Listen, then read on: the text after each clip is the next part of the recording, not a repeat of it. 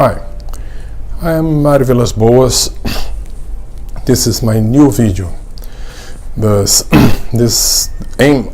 theme of this video is the compatibility of science and religion. I have seen many scientists state that religion and science are incompatible with each other. You are either a scientist or are religious. You cannot be both. This lecture is about this theme. Is it true, or you can be both religious and scientist? Well, when you learn science, you learn the scientific method. What is the scientific method? Scientific method, how to validate a hypothesis. You state a hypothesis, you delimitate the area of validity of your hypothesis, and then you try to observe the nature within the area of validity of the hypothesis. You try it several times. If in each and every time your hypothesis match the observation, then the hypothesis is acceptable. Then it changes into a thesis. Now it's no longer a hypothesis, a thesis, because it has been proved. And you state it and use it as a valid thesis. However, if you are using a thesis, no matter how long you have been using it, and you find a single phenomenon within the supposedly validity of the thesis, and it does not match the reviews of the thesis, this one observation is enough for you to just throw away this thesis. It's no longer valid. Then you must review your thesis. Maybe you can delimitate a bit in a smaller range of validity of that thesis, or maybe you just throw the thesis away and find another one that can explain not only all the facts that you have observed before, but that new one that cannot match the thesis that you have adopted as true at up to that point. This is the scientific method. A true scientist would use this whatever situation, not only in science itself.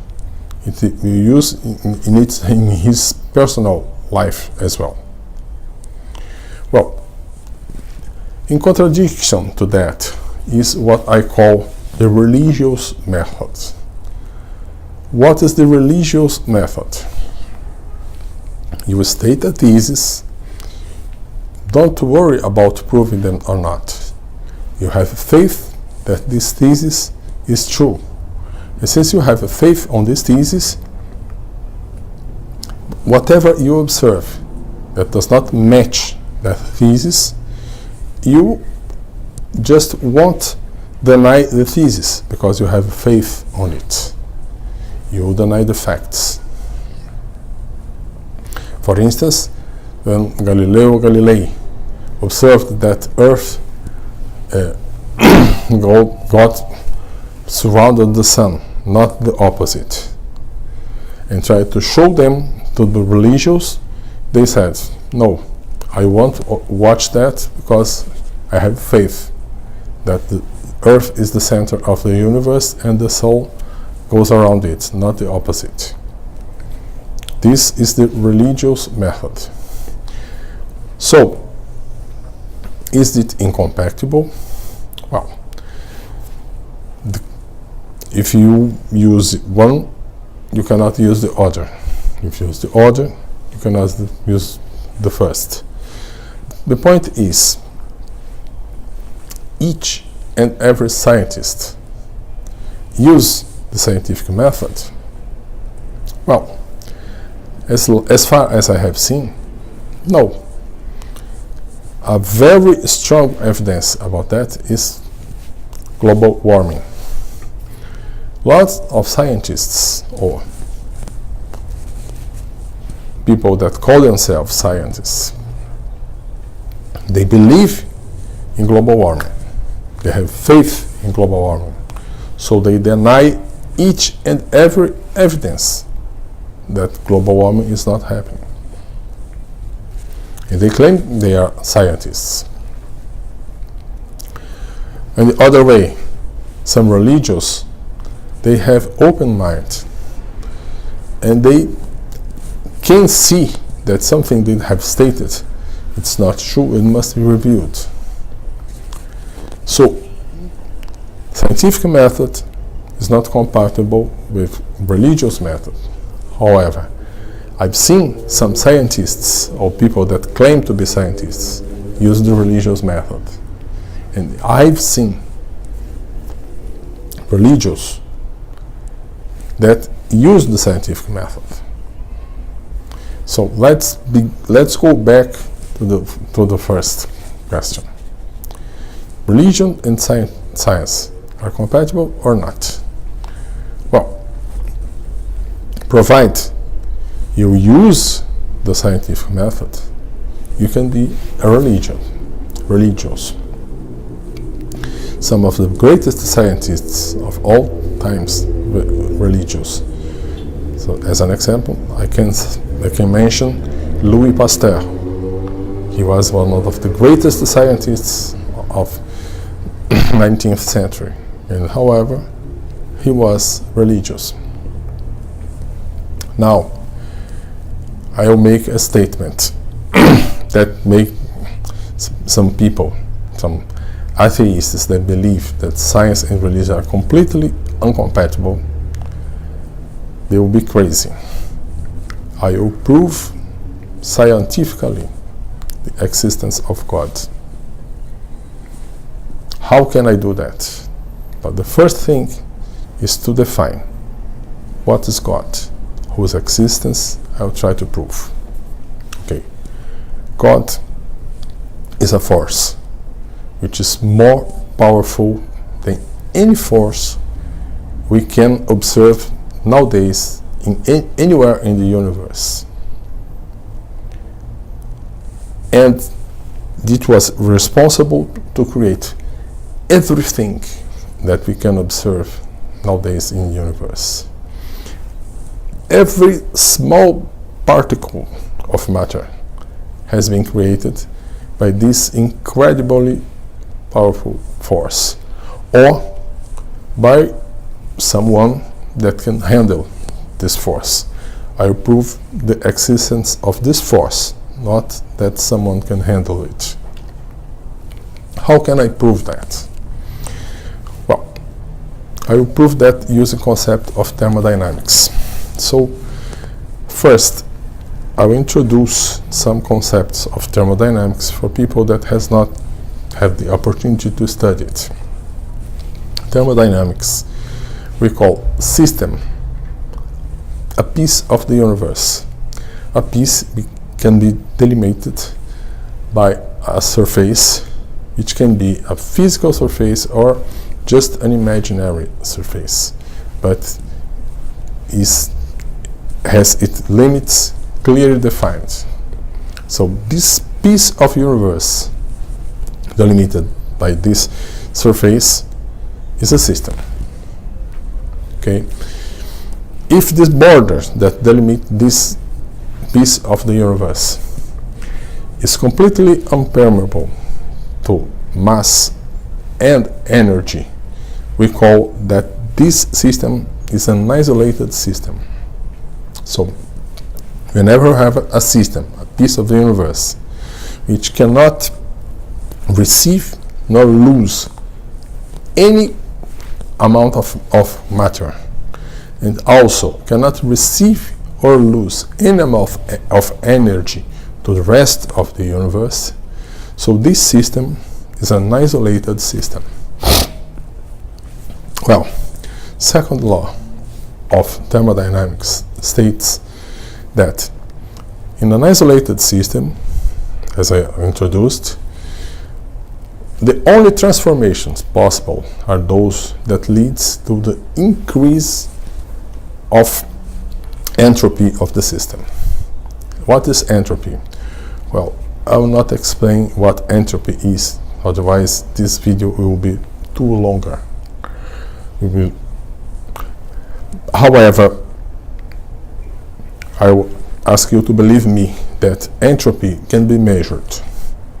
You can measure the variations of entropy, so you can state and can quantify how much the entropy has increased. Okay, so in an isolated system, the entropy can only increase, can never decrease. And how much it can increase? It has a maximum entropy possible. It's no longer surpass this maximum.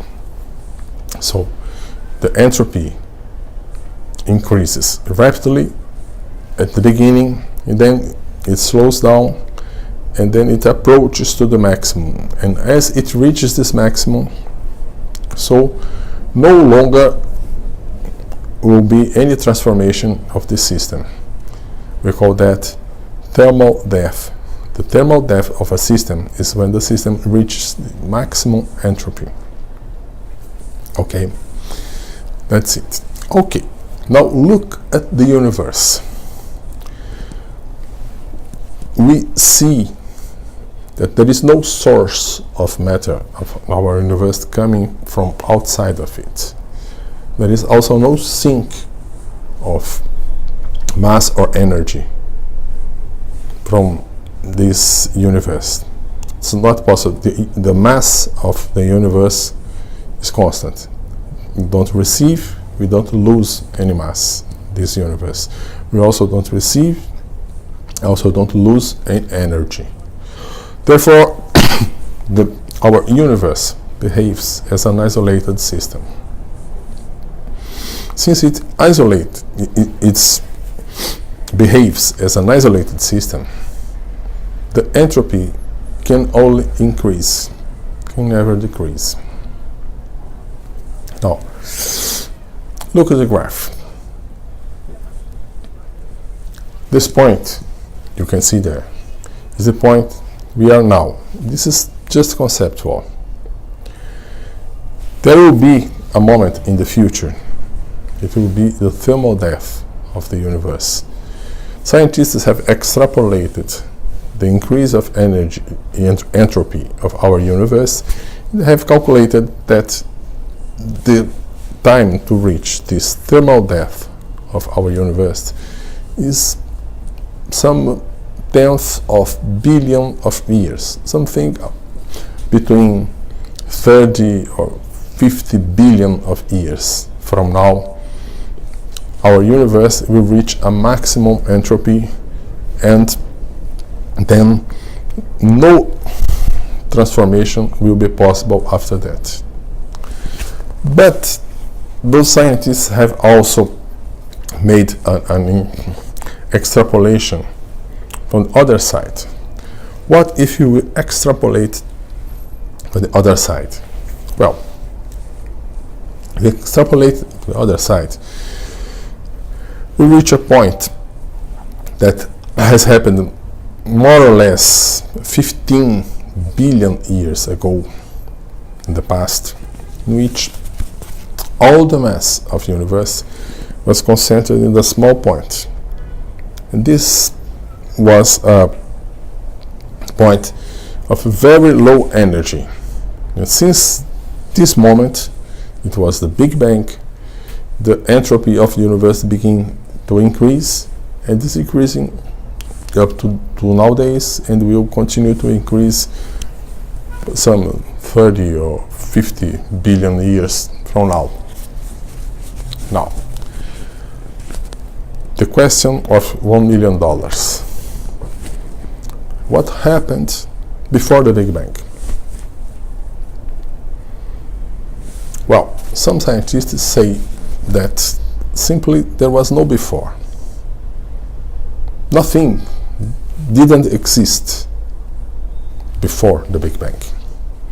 Well, if it's true, then a force which is absolutely beyond anything you can think of, a force beyond any imaginable thing, beyond and more powerful than everything we have known, everything the science have studied, anything you can observe, has created not only all the matter of the universe, it has created space itself.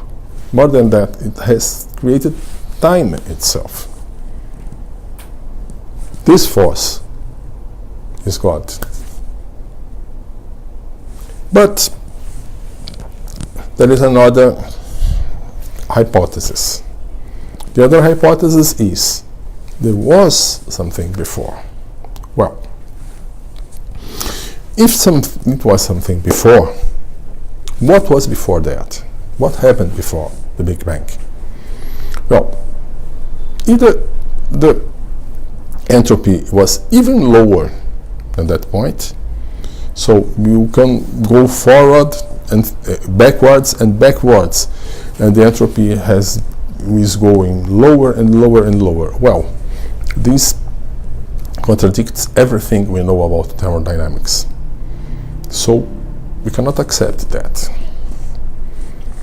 So it was not so. Then the universe has gone static at that point, with that low level of energy for an infinite amount of time, and then suddenly a force beyond anything, more powerful than anything we can see, we can imagine, we can observe, has unleashed some force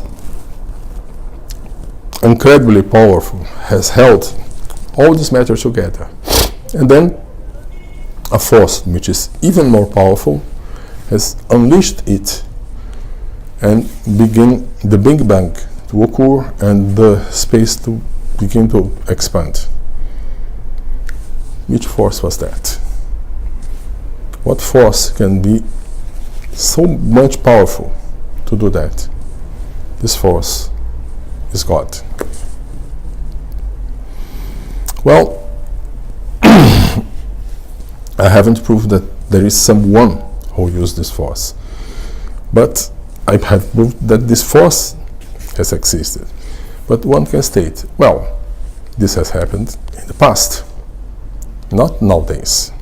Well, then I ask you, if such an immense force has existed in the past and has done this incredible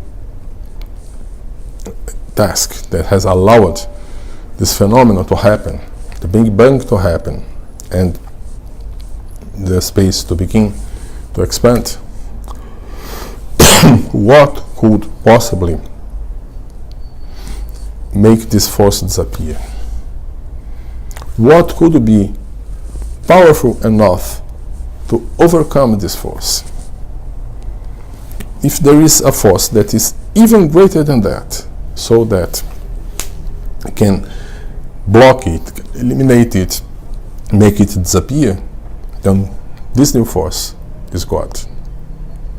If it doesn't exist, this force is still there. You cannot observe, you cannot see it's acting, but it still exists.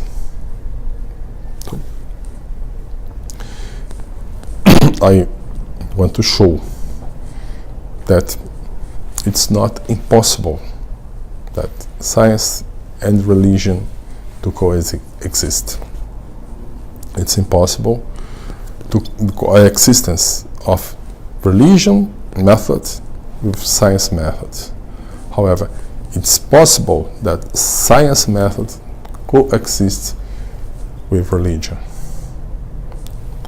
As you have just saw, you can use the science to prove the existence of God.